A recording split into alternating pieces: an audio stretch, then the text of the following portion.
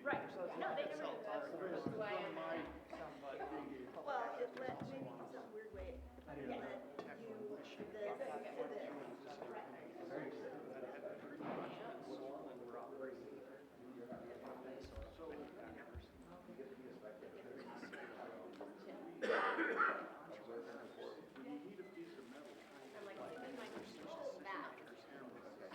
Was I actually putting out that I need space today energy? I am kind of spread out. Good morning, everybody. Now we're live. Good morning, everybody. It's 9 a.m. on Wednesday, and that means it's time for 1 million cups. So all across the nation, entrepreneurs are gathering, and we're glad to see you all here. The first thing to say is please check in. Point your phone at that QR code or one of the ones on the cards that are around the room, and you'll be directed to the Million Cups website where you can check in. And that will let the Kauffman Foundation know that we're alive and well, and we're still active. And there's something in it for you, because if you check in on 3 separate times, you'll get a Million Cups pen. 6 times gets you the coveted Million Cups notebook. So don't miss out, folks. All right, here's our mission. Our mission is to make it possible for entrepreneurs to succeed. We lower the barrier of access to education, resource, and connection for entrepreneurs all across the United States. And how do we do that? We do that by covering the text. We work to the mission by creating a program. The Kauffman Foundation trains the organizers and trains the organizers to coach the presenters so that we adopt a more or less standard format. And if you go to a Million Cups somewhere else, you'll immediately recognize the format. The questions are similar, just all the people are different. So every community is unique, has its own strengths. And we know a lot about what we're good at here in Albuquerque, and we see a lot of that in here. We are the #1 1 million cups instance in New Mexico, and we achieve that through having a small denominator. There are other instances across the Southwest, and I've actually been to some of them, and it's really true. You walk in and you're like, oh, yeah, it's a different place, but I understand the format and I understand what's going on here. So I encourage you to do that if you're on the road and it's 9 a.m. Wednesday and you don't have an appointment. Go in and meet some friends. Okay, here's the key pillars of 1 million cups. These are presentations, not pitches. And we make that distinction because in a pitch, typically you're trying to raise money. Your company has the perfect team, the perfect idea, the invulnerable moat, all that stuff. And the only thing standing between you and ringing the opening bell on the NASDAQ is cash, right? And we understand inside a business, things are different. There's usually something on fire and you're shorthanded and you're being asked to do things you don't know how to do. And who do you talk to about that? Well, you can't talk to the investors, can you? Because they'll just go to somebody that seems to know what they're doing. So you come here and you talk about your challenges, talk about your vulnerabilities, and the community is there to help. A lot of people have gone through exactly what you've gone through before. It's just kind of secret until you start talking to them. And then they'll help you out. And if they can't, they might know somebody who can. So that's how it works. And these are authentic connections, not networking. It's not a contest to see how many business cards you can pass out in 30 seconds. We're here to be here week after week to have some conversations at the edges of these events, get to know people, get to know what they know, and move your business forward. We're run for the community, by the community. All of the organizers are volunteers. We are not masochistic altruists. We all get something out of it. If you want to talk to me about what I've gotten out of it over the years, I'd be glad to talk to you about it. We're radically and intentionally inclusive. All kinds of people are welcome. All kinds of entrepreneurs are welcome. All kinds of businesses are welcome. This goes for mom and pop brick and mortar operations. It goes for whiteboard companies that might have got a little bit of external money. And it goes for people that have almost gone all the way and drop in to show us how it's all done. So everybody's welcome here as long as they contribute to educating other entrepreneurs. So that's a mission statement. I'm not going to read it to you all. It's lonely being an entrepreneur, but you're not alone in this community. And part of the bargain is you have to be helpful. You have to understand the mission is education. And, sometimes somebody might say something that you strongly disagree with, and that might be an opportunity for you to keep your opinion to yourself. All right. So it's easy to present. If you have a for-profit business defined as a business that sells goods or services for more than it costs to produce them, you are eligible to present at 1 million cups. We'll assign you a coach. We'll, nudge you along the way to bring out, the clarity of your presentation. And I think people who have presented here in the past can say it's been a worthwhile experience for them. Okay, here's our team. I'm Paul Sauter with Equiseek. Lisa Atkins is here with FatPipe. Eric Renz-Whitmore is probably lurking online somewhere. Danielle's here. And Sonia is out doing something important. She's online, all right. And Keiko and Oscar are probably filming people's family histories right now. But you can talk to any of us about doing a presentation and pick one of us for your coaches. All right, we are very glad to be able to thank our sponsors. First and foremost is FatPipe. We've been here for 10 years at no cost. This community could not exist without FatPipe as a sponsor. Dry Heat Photography, making us look great online. Thank you so much. The question is, what are you going to do when you present? Who's going to take pictures of you? I wondered about that. Yeah. I was gonna volunteer. Okay. Okay. So great photos for everyone else and a few casual snaps for you. More Than Organized, Miriam Ortiz-Pino, organizing your stuff, your thoughts, and providing creamer. Foundation for Sustainable Living, providing us with coffee. Wow, that's new one. Beyond Energy. Somebody want to tell me who they are? What do you? Oh, there you are. Come on up, Steve. Yeah, come on. Tell us about Beyond Energy. Hi, everybody. So a friend of mine's a doctor at Presbyterian Hospital in Ross. He's a hospitalist, and he came up with this energy drink. It's called Beyond Energy. It's got the same ingredients as Celsius, but it's got this different herb. It's called gluten-free. It's out of India. So I'm bringing a case each week, and then if you know any convenience stores or health spas or anything that would like to carry the drink, I appreciate the referral. So thanks so much. Well, entrepreneurs need energy, so we'll be sure to check that out. Noventum Custom Software, making software that doesn't suck and providing donuts. Minuteman Press for all your ink on paper needs, and the cards with the QR code are from them. So thanks to all our sponsors, and thanks for joining us, and we'll hand it off to our coach. Come on up, Santi. Most of you, some of you have seen Santi present in the past. He's here to give us an update. He's our favorite car detailer. The reason I love Santi is because he comes to the Bioscience Center and sets up his little outdoor car cleaning configuration and cleans cars for people. So, and we'll set up an event in April, but I'm gonna hand it over to you while I get your slides ready. Thank you. You're welcome.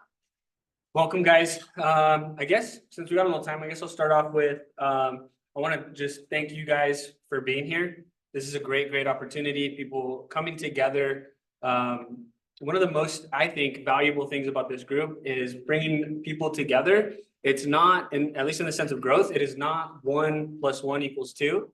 It is a non-linear curve. It is very exponential. And so when we bring more people together, we can 5, 10, 100x our ideas and our solutions. So thank you guys for being here. As Lisa said, my business is Santiago Mobile Detailing. Can you click the screen? There we go. So yeah, thanks for coming. My name is Santiago is my full name. Owner, operator, still the wearer of all hats at Santiago. Santiago's mobile auto detailing services. What does that mean? Fundamentally, I clean and protect your vehicles from the convenience of your home or your office. I have some other services like polishing, headlight restoration, interior shampooing, all that stuff, but fundamentally clean and protect your vehicle. So I'm actually going to break the typical format a little bit. I'm going to talk about my challenges, the last challenge I had when I was here, when I presented, what has happened since then, what's my current challenge, and then how I'm going to try to address it. So moving forward, there she goes. Previous challenge was ignorance debt. What do I mean by ignorance debt? It's up here on the screen. It really means I don't have the knowledge to accomplish the things that I want to accomplish, yet. And so it's one of those kind of weird elusive ones that is kind of like health or good relationship. It's something that I'll always have, but it's something that I can keep chipping away at. So in the context of chipping away at it, here's some stats since the 31st of May, which is when I last presented, and how I've been chipping away at it, getting reps in. I've completed 131 jobs, generated just over 30,000 in revenue. I've added over 69 reviews to Google. I've added 2 more recurring clients. And the bottom one here is my quotes. I've issued 175 quotes, converted 87, which is about a conversion rate of 49.7%. This slide isn't to brag and talk about, oh, look at what I've done. in a sense, it's to say that like I've been getting those reps in and chipping away at that ignorance debt since then. My current challenge is lead flow consistency. Given the type of work I do, there is a bit of seasonality to it. But even that in my year and a half of being in business has been inconsistent. Last year, like January and December were insanely low for leads and work. This year it was October, and January and December were pretty busy. So there's some of that, but I want to develop, instead of having the inconsistency of leads and jobs and feeling frantic and worrying about how I'm going to pay my bills and survive, I'd like to figure out how to basically systematize it and have some more consistent leads. Here's a sense of how I'm breaking the format. I'm going to let you guys know how you can help me now. So what I'm going to do for the rest of this presentation is share with you some context and how I'm planning on addressing my lead flow consistency challenge. And I want you guys to take some notes, break it down, try to break this plan and poke holes in it, because as I roll it out, I'd like to kind of identify those ahead of time and maybe compensate for them before I run into them. And so that's one way that you guys can be insanely helpful for me. Sound good? Yeah. All right, let's move forward. So what am I going to do about it? And by it, I mean my lead flow consistency. A little bit of context before I tell you exactly how I plan on doing it. I came across this system that Tom Bilyeu teaches called the physics of progress. I don't have enough time to really get into it, but write that down, take a note of it, look up the physics of progress by Tom Bilyeu. It's a really cool system. And so number one, hypothesis. What do I believe to be true? What do I think is true?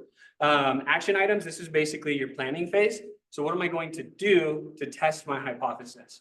Action is the implementation of the test. What are the actions that I'm actually going to take to test this? And assess is just assess at the end of the time frame, assess, readjust my hypotheses to roll out a better test afterwards. Here's some of the hypotheses that I have. Number one, the physics of progress is correct. I'm operating off of that kind of baseline. The next two, number two and number three, are core to this plan. And I'll bring them kind of more into context as we go through the next couple slides. But number two is hypothesis is that referable services or products are better than non-referable services and products. What I mean by that is it's better in a business to provide a service or a product that people actually like enough to share with other people. I just believe that that's a better way of doing it. Number three is that reciprocity is true. By a show of hands, who knows what the law of reciprocity is? All right, cool. So we have a few hands up, few didn't come up, so I'm gonna explain it, at least what it means for me. The law of reciprocity is that if somebody does something for you or they give you something, you're gonna be more likely to agree with a request after they've given you something. So for example, if somebody brought you lunch for no reason, and then after that, later that day or a couple of days later, they asked you to help them move that weekend, you're gonna be more likely, not guaranteed, but more likely to say yes to that. Does that make sense? Fair enough, everybody? Cool. So we're gonna move forward. This is gonna be my actionable items. This is the plan. Number one, make an offer so good people feel stupid saying no. What do I mean by that? I'll give you an example. Say I had a Lamborghini and I told you, I'll give you this Lamborghini for 500 bucks. That's a super great offer, because even if you think Lamborghinis are stupid and you never want to drive one, it's still a six-figure asset that you could turn around and sell. Or you love them and you're going to drive around a Lamborghini that you got for 500 bucks. Super exciting. 100% would want to do that. What is my offer so good people would feel stupid saying no? It's going to be, I'm going to deliver my highest tier exterior detail everything, clean, protect, add wax, all that stuff to the vehicle completely for free. So all you got to do is say you want it and book the service. That's it. And I'll come deliver my greatest service right to your doorstep. Number two, offer to network groups that have membership. So because this offer is so great and there's the opportunity that it fails and it gets taken advantage of, I don't want to blast it on the internet and on the radio and on the TV all over the place. Inside some of these network groups, I already have some trust built up, some respect built up, and we have some responsibility towards each other, right? So I'm padding my, I guess, risk level by starting there, by offering that offer inside those groups. Number three, client-specific solutions. So I got there, I provided the service, I interacted with the client, I worked on the car. At that time, now I've gathered a bunch of context as a detailer and as a decent human being talking with people. Like, what are these people's pain points more specifically, right? Because I do things like headlight restoration. So when I'm working on the vehicle, I might identify that their headlights are fogged up and we can take care of that, or their interior is super dirty. We can take care of that. But I have the resources now, having worked on the vehicle and worked with the person, to identify those and provide those solutions that are specifically for them. This part is also where reciprocity comes in, because I've come out and I've given them the service ahead of time, built trust. All the services thereafter are monetized. You got to pay for them, but you're going to be more likely to be like, oh yeah, like, you're a cool guy. You did a good job. You gave me this thing for free. Like, sure. Why don't I pay you to clean the inside of my car? Number 4 action item is systemize leads, right? Because we want to, that's the whole point, is to develop lead consistency. The way I'm going to systematize it is at the end of every service, I'll just ask the client, hey, do you have 2 friends, or do you know 2 people that you would like to give the same free service that you got to today? You can give it to them for free. Just hand it off, right? And this is just compounding the law of reciprocity. And this is where, like, having a referable service is really important. Like I talked about earlier, if it sucks, like, people, even if it was free, they're like, I wasted my time with getting this free car wash. Like, why would I give it to anybody? But if it's super great, they're like, oh, dude, I give it to my boss. Maybe my boss will give me a raise. I could give it to my wife and she'd be super happy, or whatever. You know what I mean? And so that's kind of the idea there. It's systematized because it's part of a system that I'm developing in order of operations, basically. What is the action? What am I going to do to actually test this and gather the data if this even works? Action item is going to be 100 offers per week. That doesn't mean I'm going to be washing 100 cars a week. I'm going to be offering 100 a week. Whatever the conversion rate works out to be, is what it'll be. So maybe like 5 a week or 10 a week, or if it's a 50%, that's 50 a week. That would be an insane amount of work, but that's part of the test. The duration before I start to assess, I'm going to look at doing this for 3 months or until I've completed 100 services, whichever happens first. So at the end of 3 months or 100 services fulfilled, I think I'll have enough context and idea of how to adjust my hypotheses and then reassess and move forward. And so that's basically it. Here's some contact info for me. You can scan that QR to see our Google reviews. We're on Instagram. But I wanted to take a moment real quick to thank 1 Million Cups for organizing this and helping provide this system for us. I'd like to thank Fat Pipe for hosting us here. It's a great space. And like I said, I want to thank you guys, because you guys here online, in person, you are the reason, truly the reason why this stuff is important and why it's valuable and why it's massive for our community. Thank you, guys. All right, let's form a line and ask questions.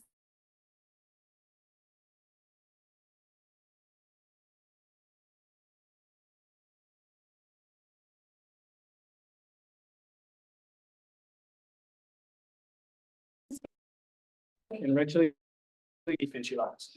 That's okay. Sorry. Hi, I'm Paul Sutter with Equisy, illustrating both mic technique and introducing your business.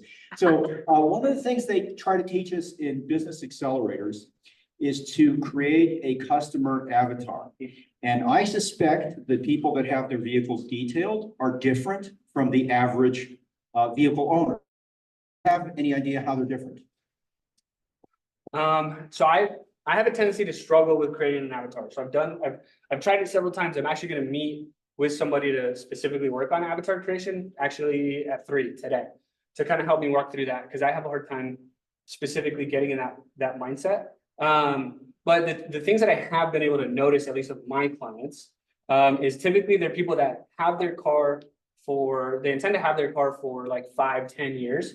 And a lot of the times it's things like Toyota 4Runners, nice Honda Civics, nice Jeeps, and not a ton of like Lamborghinis or crazy stuff like that. It's people who have enough income and they care about their vehicle to keep it for a long time, and they're getting like the premium version of a regular person car, and they want to keep it for the long term. They want to be comfortable. They spend time in their vehicle. And so the reason they care about their car isn't, oh, I just love cars. It's that this car serves me and I want it to serve me and be clean and protected. Yeah. So one of the things to look for there is some other thing that's correlated with that. that you might be able to use to identify customers. And if your avatar work is successful, you might discover what that is. So Yeah. good luck. Thank you. Thank you so much. Hey. Miriam Ortiz-Pino, More Than Organized. We've been in a program together before, so I'm gonna push you. Let's do it. Stop overthinking your avatar, just pick one and Yeah. go with it for a while. And then you'll figure it out. But it was, my comment was about offering it to your networking groups and things. There may not be enough of your avatar in those groups, depending on which ones they are. So who would your second way of partnering? I love that you go to the bio center, but I know I mentioned before, law firms or medical groups or something. What have you explored doing that to get your 100 in 3 months? Yeah, so great question. Unfortunately, because of our time crunch, I wasn't able to get into all that kind of stuff, so I'm glad it came up.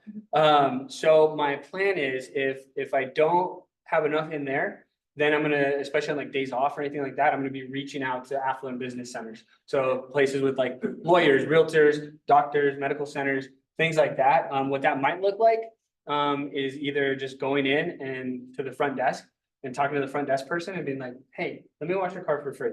Because it's a long game, right? It's not a short game, and it's not to like make a bunch of money right up off the front. So I offer it there, even to the head person, just whoever's at the desk. And then watch their car, they're stoked, and they're gonna be excited to tell their boss about it. Like, hey, this kid washed my, and they're like, they might not be like the head honcho that always gets the specials and the deals and the cool prizes and stuff. So I think they would really appreciate it. Yeah. The other way that I could do it too is I can just find that like head person's contact info and offer it like via social or email, something like that to try to get in. And then from there, we could branch out to doing something like we're doing at the Bioscience Center, where it's like, hey, like, and that could go several different ways. We can either let the people getting their cars detailed pay for it, or the business could pay for it in a sense as like a benefit package to their employees. Right. Sorry, that was a lot of stuff. Was that No, in that's line? great. I want to make sure you had continued thinking that through, because you're gonna run out of network options and pretty quickly. Yeah, thank you. And also to that point too, is like, this is a very aggressive, more so like, at least in my mind, is it's aggressive kind of like market penetration and like branding kind of strategy to get in front of more people. So I have a hard time specifically explaining verbally what it is and like why what I do is valuable to people. I guess that's not a good way. It's just the service doesn't fully make sense to people when I try to tell them about it, but when they see it and they experience it and they go through the journey and they see the end result, they're like, oh, this makes sense. And that's literal feedback I've gotten. Right, so part of that is you're overthinking again, and once you have an avatar and once you nail your offer, the two come together and the communication of said offer to those people becomes really easy. Thank you. Sir. Am I next? Okay. JP, Amazing Life and Enchanted Lands, and I met you before. Santi, Yes, sir. congratulations. Thank you. You're an amazing presenter, and it's one of the best concise presentations that I've seen here with just rapid bullet point, procedure. So I had a question about was that net or gross income, the $30,000? And in that explanation, can you explain what your overhead is and like how many employees that you're paying in those details? Sure. So those numbers were from the 31st of May, and that's top line revenue. So that's everything that came in. When I run my numbers, my margins are about 50%. I work alone currently. So most of my things are going to either systems, softwares, product cost is super low. Because you can buy like bulk chemicals and then dilute with water and stuff like that. And so I haven't ran the numbers specifically, but right. So if I was, usually I shoot for $50 an hour. What I've been averaging over the past few months is like $65 an hour. So I think at least a number that I've heard from other service, like home service industry professionals, is a labor cost of 1 to 3. And so even a recent example, I had another detailer come and help me because we had to knock out multiple vehicles in one afternoon, just because of scheduling, and it took us 3 hours and 40 minutes. So it was about $68 and some change per hour. So I just gave him $20 an hour and split the tip. So even at $20 an hour, we're under or over, I don't know how you would say that. But we're within the 3-to-1, for labor cost. I do anticipate this going, well, I anticipate this year going well and having to, like, literally just having to add people to the team. So I'll probably shoot for like that 3-to-1 number. I don't know if that's a fair answer to your question. Those are just some of my thoughts. Well, so what is your profit? What's the percentage? 50%. Okay, 50. Pretty solid, like 50 to 50. But again, that's right now working alone. So it's like, I feel like probably easier, especially when it's labor, easier to get that kind of number. But I did have June and July of last year, I had a couple of guys helping me out and I was paying them. We doubled our work and so the money that I was paying them, like I still made the same. I can't exactly figure out the right equation, but we doubled our work, doubled the cost. So like the business was still doing, like netting the same amount. So I think it's just a matter of rolling it out, getting people taught up and efficient to have good numbers when I add a team member. Sorry. Kind of loose. No, great. And so my last question is about how many hours do you average a day and how many days a week are you doing this? Yeah. So like I said, October was super dry. So I actually picked up some part-time work serving at a Thai restaurant, Thai kitchen. If you guys get a chance, go check it out. I've had to reduce my hours because of how busy I am right now with the detailing stuff. And so we're usually doing one detail 6 days a week. And those details are taking me on average about 4.5 hours. And so I'll go do that. And then in the evening, late afternoon, I'd go into work. So to answer that specifically, it's kind of like a little jumbled up because it's like the entrepreneur grind and making bills and stuff like that and figuring things out. But yeah, so I anticipate, I think it'll be early, like the first season will be just going insanely hard and working as much as I can and maybe doing like 10 or 11-hour days. Especially once the time changes and I have more time and the temperatures are more favorable. But yeah, so I'm usually doing like travel time, stuff like that, 5 to 6 hours and then going to the site job. Well, I just want to applaud you and I really appreciate you and anything I can do to support. So anyways, I just want to give you a big hand, Santiago, for. Thank you. Thank you so much. Ken, how you doing, sir? Bless, brother. Good to see you. Ken Jackson, KJ Effect, TKJ podcast.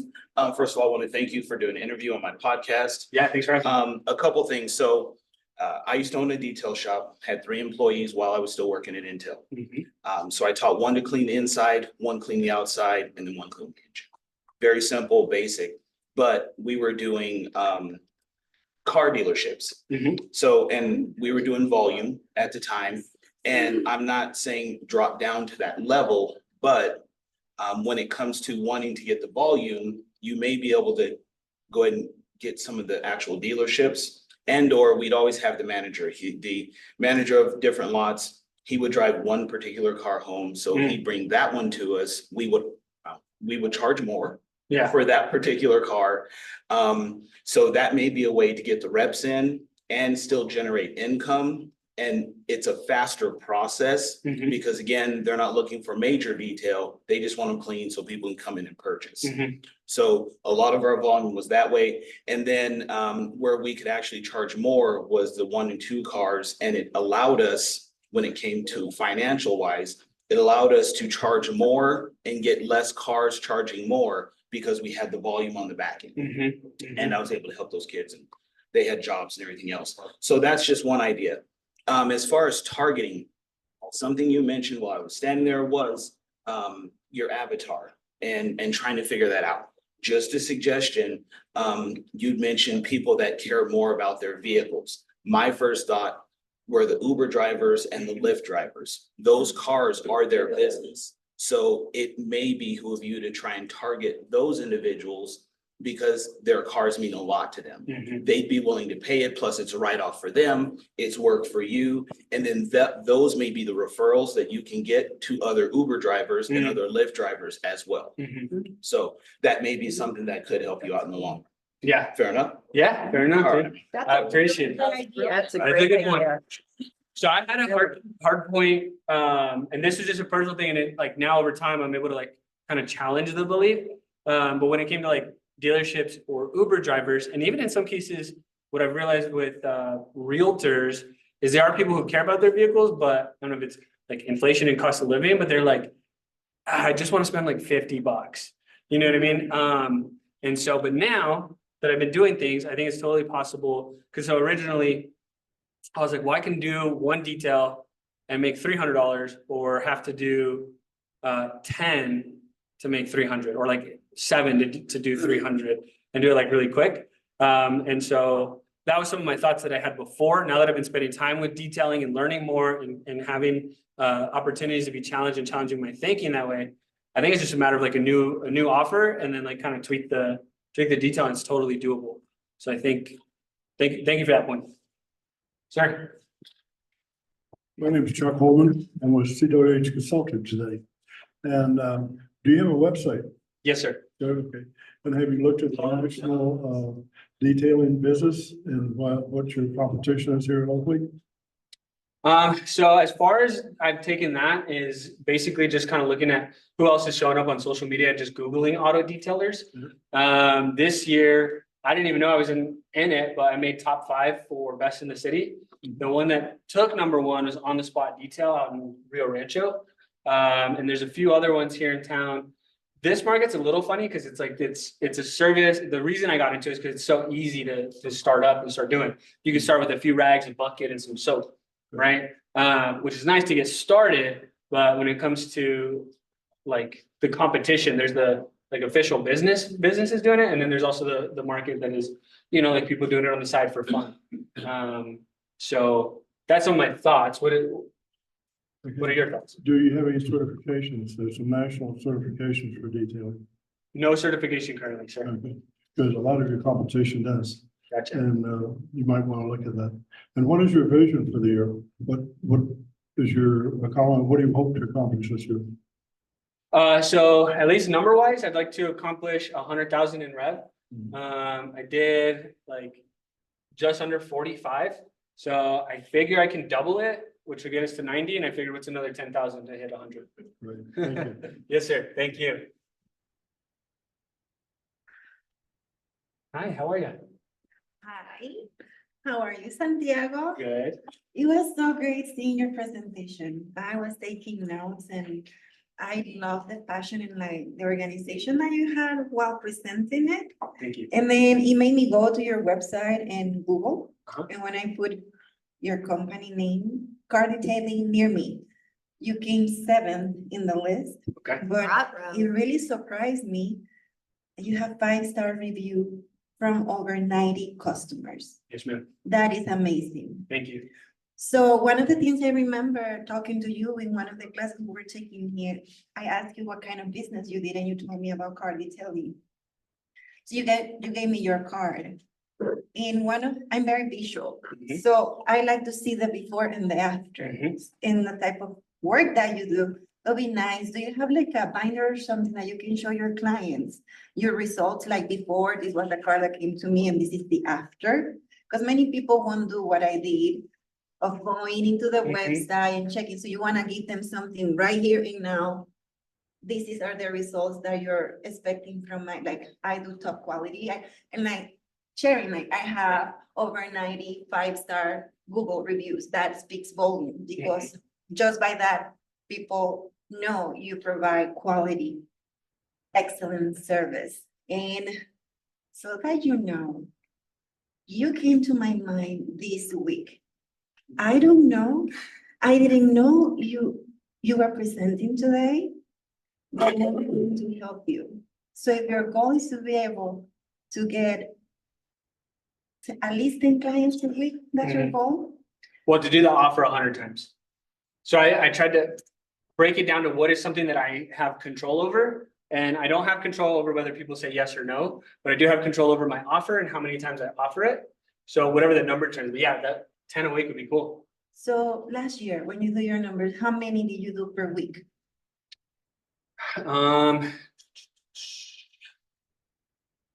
I can't remember off the top of my head, sorry.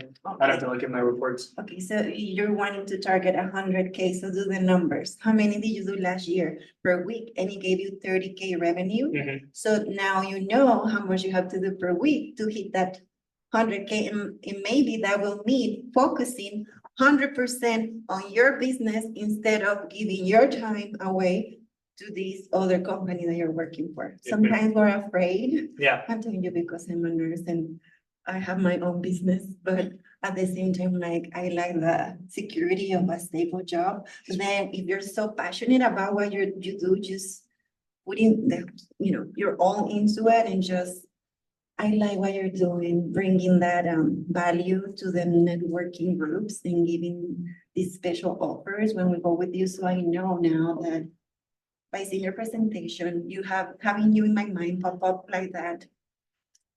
That's a sign.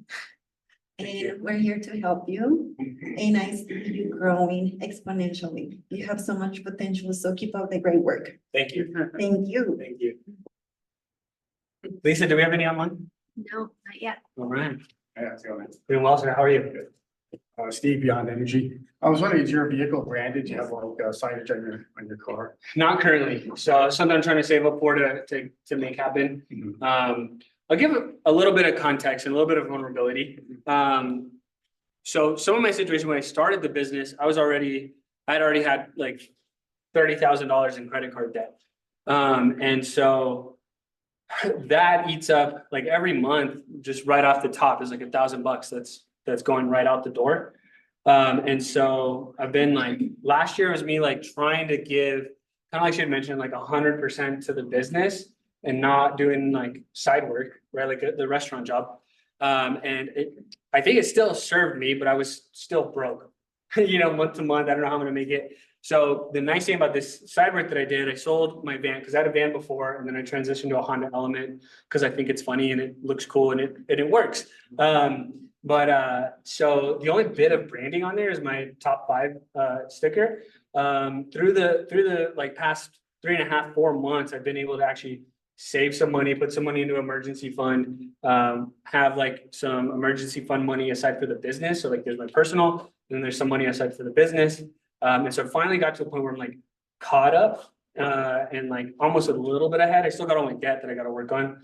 But so my point is that's a part of why I haven't done it yet, is to like get the extra change to make it happen. But I think it's pretty close at this point now that I've gotten myself some better footing. Yes, sir. So do you offer a subscription service subscription service, a loyalty program, a referral program, those kind of things? So I do have a subscription service, and it includes a service, so either interior or exterior or both, depending on which one you want to get done, every single month, for almost effectively 50% off what it would have been full price. It's easier to clean a clean car than it is a dirty car, so like it helps save time, products less, stuff like that. It also includes enrollment in my elite membership, which gets you 20% off additional services. So if you wanted to add like say you scuffed your car while you're on that program, you get 20% off the polishing for that, or the headlight restoration. You can extend it to another vehicle in the household as well. The discount, not the recurring detail, but the 20% discount. It also includes 1 free emergency exterior car wash per month. So if you're in between services and you got a hot date, or the in-laws are coming into town or something, and you want the car to look right, you give me a ring, once a quarter, I'll come wash it for free. So there's that. Referral program, I don't have anything like quite exactly structured. I played with a couple ideas, like making a specific referral code, like your name 15, it gets the person you're referring 15% off. Every successful one gets you $20 credited to your account. I haven't really pushed that one. Right now, the referral, it's not really a referral program, but it's kind of just contingent on as long as I do my job well and provide a good service. If you refer me and you give that service for free to somebody else, that person is going to associate that value with you, the person that gave it to them. Yeah. But that's not structured. That's just like psychology. Sometimes motivating themselves. And then lastly, do you have a loyalty program? So like get your car washed 9 times, get the 10th one free, something like that. Not currently, no, sir. So that's something, a lot of companies do that. And one last thing, so do you know, I don't know if you guys follow Seth Godin, Seth Godin? Yes. Not off the top of So my you should head. watch it on YouTube. So Seth Godin talks about people like us do things like this. So talk about avatars and stuff like that. So I was a stockbroker for a long time. So people as stockbrokers get their car washed, wherever. So that would be your avatar. People like us do things like that. So again, looking at your clients and seeing what those people look like. So, but I think if you implement a couple of these ideas, that might help a bit, so. Yes, sir. Well, thank you very much. Hello. Hello, good to see you again. Likewise. Remember your last presentation and I was impressed with your marketing, your ability to put it on screen. Thank you. So I'm Barbara Dawson with Purple Mulch. And my question to you, you've got the numbers, you've got those details, you've got the percentages. So you said you're going to offer 100 people a free car wash. Of how many of those do you think you will convert to a yes? I don't know. We'll see. It's almost harder to give stuff away for free than it is to sell. Not all of them, but my thing is we offer it 100 times and like, as I'm doing it, I'll figure out how to offer it better, how to communicate it better. What are the points that people do convert and then just repeat those. And if they're not converting, take parts out. I think I'll have a higher conversion rate of selling a service after I've performed the free one than I will have a conversion rate of giving it away for free. Does that make sense? I think I'll have a higher conversion rate in the second step than I will the first. I don't know, but that's what I think. And I hear you, that once they've seen what you do, you're gonna have a higher conversion rate of getting them to do a paid service, right? Yeah, that's my hypothesis. I think that'll be what we see. Okay, so let's just make it up. Let's suppose you offer it to 100 people. Give me a number. How many do you think would say, sure, come wash my car? I'd say 50%. Okay, 50%. What if you could improve the conversion rate of that first 100? What would that do for you? Yeah, well, so I love where you're going because I played with some of these numbers with my friend. Yeah, so like, let's say if it was 50% conversion rate on the first offer, and then let's assume like I don't know, 30%. I'm not that good at the numbers, but if we improve one by like a little bit and the other one stays the same, then we're gonna make more revenue, right? We net more revenue. Exactly. So I'm saying, what if we take that 50% and could move it up to 60? Yeah. Okay. In where I come from, it's how you present to those 100 Mhm. is going to make the difference for you. Mhm. What do you think people's biggest, those that you've talked to so far and they've said, no, don't wash my car, even for free, no. What do you think is what's their barrier? What are they afraid of?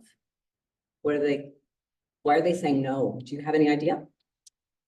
I think people said no earlier on because they had no reason to believe me, right? Like they like new business, no reviews, like, or maybe a couple. People tend to like, I'm nice enough to people that people took chances on me. They're like, you're a cool kid, sure. But now that I spent some time in building certain things up, like the reviews and like my social media. So I didn't answer your question about if I have a binder. I don't, but I do have stuff on social media with like before and afters that I can share that way. Now that I have some time under my belt and some more proof, it's easier for people to say no. But the thing is even though they're not paying money, they're still paying time, and they're still like having to like extend trust, which is kind of like a cost. You know what I mean? So I think that those are kinds of things that people would say no if it's like they're going to be spending their time, right? Because even though it's minimal on their part, like it's still time out of their day. And do they trust me enough? Do they believe me enough that it's going to work? So I think that's maybe part of people's hesitation. So my suggestion would be keep those ideas in your mind as you approach people. Know that, if I was you and I was approaching you and I said, can I do your car for free? And you said, no, and even in your offer to say, a lot of people will tell me no, because it's going to take time, or also you have nothing, you don't know me, you don't necessarily trust me, or either one of those true for you, and get that engagement. I love that. So that you're handling the objection before it ever shows up. Yeah. And then you make it to that 60% or 70% or 90%. And then you've got more people saying yes. Yes, ma'am. I love that. Okay, thanks. Thank you so much. Erin Fraser, you have a question online? Yes, hi, good morning. So I'm looking at your website right now, and so the ceramic coating, 7 years of shine, protection, and convenience. Do you can do that in someone's driveway? Yes, ma'am. Yeah, if you look at my social media, I just did one on a like a 23 C8 Corvette just last week. Okay, and very much, I have a friend who's trying to sell his car and needs this done, but our homeowners association doesn't allow cars to be washed in the driveway. So what do you do? So like in that, if we're not allowed to detail there, then I would coordinate with I mean, it's contingent on the customer letting me know, because if I don't know, I would show up at their house and wash, and then if somebody was like, hey, you can't wash here, that actually happened to me recently, but then they were like, you're cool, go ahead, keep doing it. If let's say we're in a detail and they're like, you can't wash here, it's like, okay, no problem, I'll tear down, I didn't know, thank you for letting me know, connect with the client and then reschedule. But if I was aware of that, then like the client already knows they can't do it there, so it's like, okay, where can we do it? Can we do it at your office when you're at work? Or are you gonna go run errands or spend some time out with the family this weekend and you can drop your car off or I can meet you wherever. That's the nice thing about being mobile. I can do it in a parking lot anywhere. I've worked outside of Home Depot. I've worked in Tanawan. I've worked up on the mountain. I've worked on the other side of the mountain, like all in Rio Rancho. Yesterday I was at a house that was next door to the Walter White House. So like we would, I guess it would just be flexible and handle it case by case is a more succinct answer. Okay, thank you, because I think you can get him more money for his car, right? If it's clean when he tries to trade it in. Yeah. Yes, ma'am. Yes. Yeah. And in cases like that, I wouldn't necessarily advise like, I mean, I will do it, but I would advise my customers if they're going to sell it, I wouldn't necessarily advise the like top tier exterior detail. Because the point with that is to have a wash that lasts a really long time. Like most common feedback I get is at least 4 weeks, even up to 6+ weeks. I've had customers tell me like, it's been this long and my car still looks amazing. So that one's great, especially for people who are going to hold on to their car. But if they could save like $70 and just get the exterior washed, I'd let them know that that's an option as well. Because it would look really good, but they're not paying the extra 75 for the longevity that they're going to go sell to some, like, unless they wanted to use it as a marketing like for their vehicle. But usually, especially on like a person-to-person sale, private sale, people are like, that's cool, but like, I don't know if that's true. So like they don't value it. The buyer doesn't necessarily value it as much. Sorry, I don't know if you. No, it's good. And I don't know if you're aware. So I mean, I have a Mini, and they have events every third Saturday of the month. It's like it's called Wheels and Coffee. So definitely, Mini owners are maybe your demographic because we love our cars. So yeah, I would love. So you said it's on Thursdays? Saturday, third Saturday of every month. Right. People show up and then drive around in their Minis. So okay, thank you. Thank you. Yeah, that'll be fun. I do participate with Russ's Gold, who I mentioned last time. I was wearing their hat last time, and they do a Cars and Coffee, but they do it like they just released their dates, I think from like March to October. And so yeah, it is a really good opportunity, and that's how I like got my first clients. Really was either talking to friends and family or through a Cars and Coffee event. So really important. We have time for one more question, and there's at least 4 in the queue, so I'm gonna let you pick one of these two, or Sue Palazzi online, or. Okay. So yeah, that's really hard. So here's what I want to do is, who has a question or an insight around my plan that I presented, specifically on like maybe how I'm gonna fail with this plan? You guys can, Okay. you guys Well, can talk after. yeah. Oh yeah. So let's do one online. That's a fair point, Lisa. Let's do All one right, online. Sue. Sue, come on up. Hi, good morning. So this was my thought. My neighbor restores cars as well as repairs them. I mean, he'll do everything from restoring these beautiful Corvettes to fixing a little dent in my car. Would that be the kind of person or persons that you could be like adjacent to? So once he's restored this vehicle, you come in and you make it all pretty.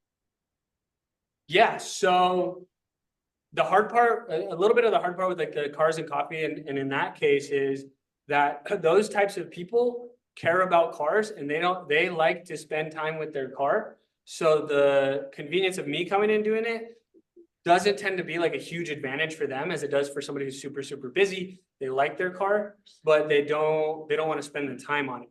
Right. So it is an opportunity. the ways that I've seen it be an opportunity is if they wanna, so like your friend, if you'd rather work on it and not clean it, I could be a value add for him. But if he likes doing the whole process, I don't know that I'd be a value add, at least for like selling, but there's some offers that I've been playing with for like car dealerships or somebody like your friend, where it's like, hey, you restore the car, if you sell it to somebody local, you can include a free exterior detail, because this is an offer that I already have out. So I just pair my already existing offer with their product. And so that's a value add to their client. It doesn't cost that person anything. And I come out and then it's just, I just take the customer through the same process of like letting them know other ways. I Great can help. idea. That's a great offer. Yeah. Thank you. Thank you for that point.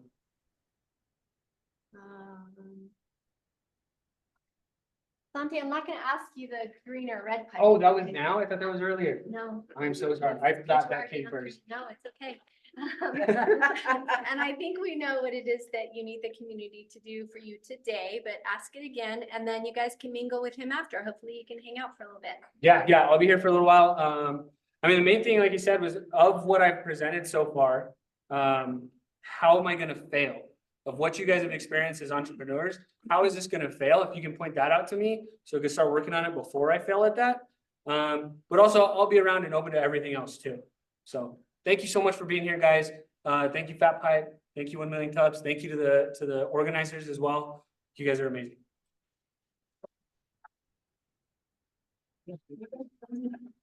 Come on up, Marty. Marty's here in person this week to tell you about her event.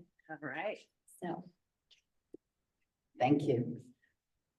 Hello, everyone. So a number of you have gotten emails, if I had your direct email about this, but I have been hosting story sharing gatherings about objects like the beautiful necklace that this woman has on, and earrings, and things that people who passed away and left behind that you hold on to that have sentiment and a story. And so when I was here a month and a half ago or something, Lisa offered a space. I'm trying a new thing, a beta testing or a pilot called Our Community in 30 Things. And right now we sadly only have 6 people who've signed up so far. So I'm really looking for, I don't know if we're gonna get 30, but at least if we got 15 people, then everybody could bring 2 objects.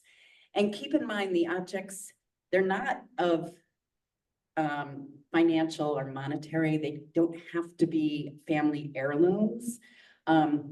Realistically, everything that like coats, hats, your shoes, the bandana, the hat that you have on, everything has a story. It doesn't have to be an epic story. And as I mentioned, it's a unique way for people to get to know you in a different way that allows them to open up their mind to what you actually, other things like what you do. Like it gives them a little window into your life. So see it as a way to market yourself. Lisa has offered, and Fat Pipe has offered, that we end up using space over here, right underneath her grandfather's, right? The smoke shop sign. Already she has the story of that sign right there underneath it. So we won't have your story written underneath it, but we'll have an event before I take off to the East Coast again. We'll have an event where you get a chance to tell your story in front of other people. So yes, questions? Time of your event? So that is a little flexible because we didn't get as many signups as we were hoping right yet. So we're gonna give it another like 2 weeks of trying to like really get people and think of your other networking places as well, Barbara and Dr. Norm as well. Your other networking people, I'm reaching out.